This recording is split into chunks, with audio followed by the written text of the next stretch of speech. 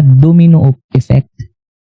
From the top to the bottom. So kung ang ama ay laging nagagalit, so mataas ang chance na ganun din ang anak. Pero mga abyan, amoy na eh. Kung ang ama ay prayerful at mahinahon, yun din ang humuhubog sa anak. Kung gusto mo yan, mga abyan, gawin mo. Mga parents, kung gusto mo na ganyan ang gagawin ng anak mo, ganyan ang gawin mo. Now, Deuteronomy chapter 6 verse 6 to 7.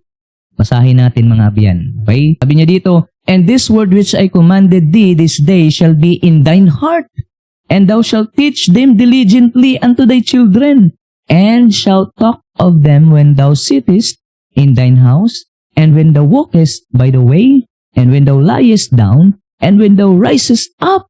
O, yan ang ituturo, mga abyan.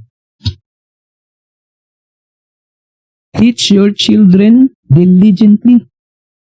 Okay? Saan ko na daw?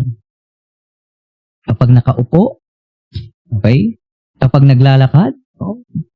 And also, kahit natutulog. O, diba? Nami. So, ituro ang salita ng Diyos sa mga anak araw-araw na pamumuhay, mga abyan. Pangalawa, fathers teach more by action than words.